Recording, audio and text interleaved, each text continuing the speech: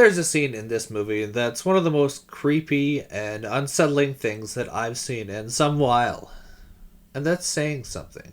It's the cosplay scene, of course. If you've seen it, you know what I'm talking about. If you haven't, that's super vague, won't spoil a thing. Welcome to Johnny Likes, the show where I talk about movies that I like. Today, Johnny likes Red Rooms.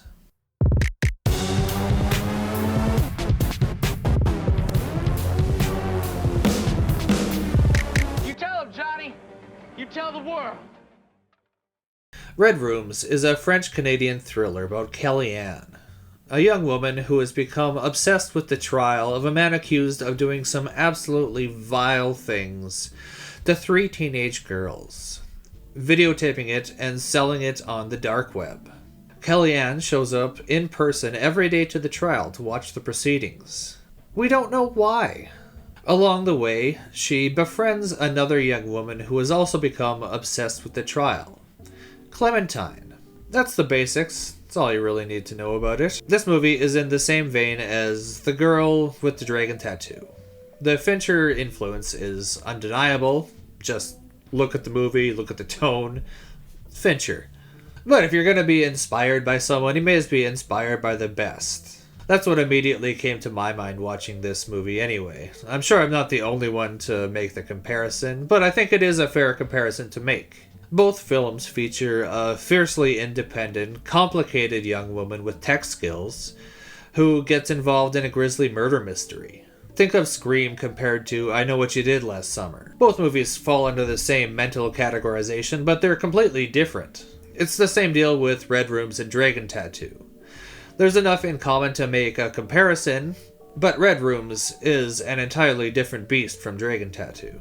I saw this movie months ago, and it's kind of stuck with me ever since. It's kind of got under my skin, just a little bit.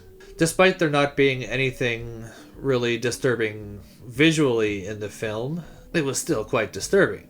It was much more of a psychological horror movie than a gore fest. The opening courtroom scene, where the crimes are being described to the jury, it sets the tone for the rest of the film. It's also the most graphic scene in the movie. We thankfully never actually see the snuff films, but the description of them is plenty. The tone that's set is that this is real life. This is a realistic depiction of a trial, of what a courtroom looks like. These are actual monstrous crimes that actually happen and are done by actual people. Although there is a good amount of time spent in the courtroom itself, I wouldn't consider it a courtroom drama. Overall, it's much more of a psychological profile, or profiles, rather. In other reviews that I've read on this movie, they generally think that the ending is a bit more ambiguous than I did. I had my take on Kellyanne, and it wasn't that she was a serial killer in waiting. I actually thought of her as a superhero. This was her superhero origin story. Kind of like Unbreakable. And no one else had that take in the reviews that I read. So maybe the movie is ambiguous, if I'm the only one who had that take, and there's other takes out there. At any rate, the end of the movie does warrant some discussion.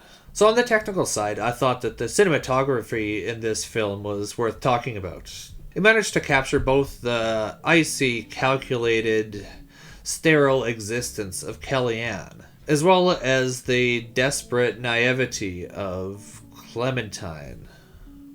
How do you capture that in cinematography, Johnny? It's just a comment on a character, you asshole. Oh my god. The acting was quite good. Acting talent. There is really only Clementine and Kellyanne as characters in the film with any sort of real screen time, and they managed to hold the film up. I was glad to see that they both gave thoughtful, powerful performances. I found the story to be intriguing and mostly fascinating. Where it fell apart for me a little bit was with how much time and emphasis they spent on the relationship between Kellyanne and Clementine.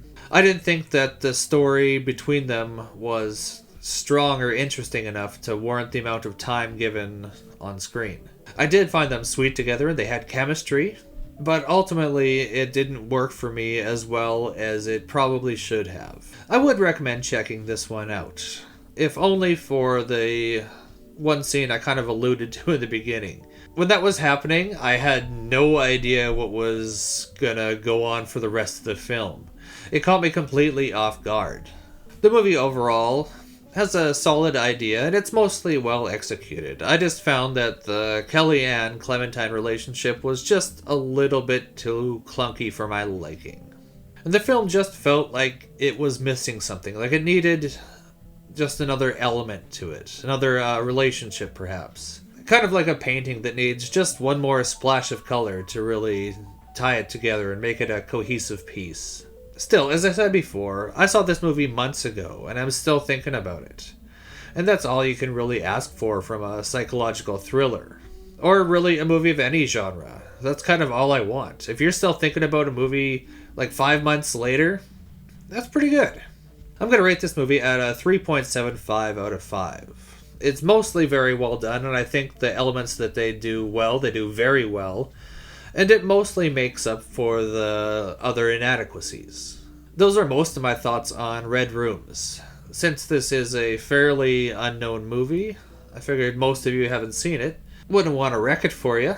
If you want to talk spoilers, hit me up in the comments section. We'll have a little back and forth. It'll be a good time. While you're here, like, subscribe. It's quick, free, relatively painless. Helps me out. Thanks for watching me talk about movies for a little bit, and you can tune in next time to see what else Johnny likes.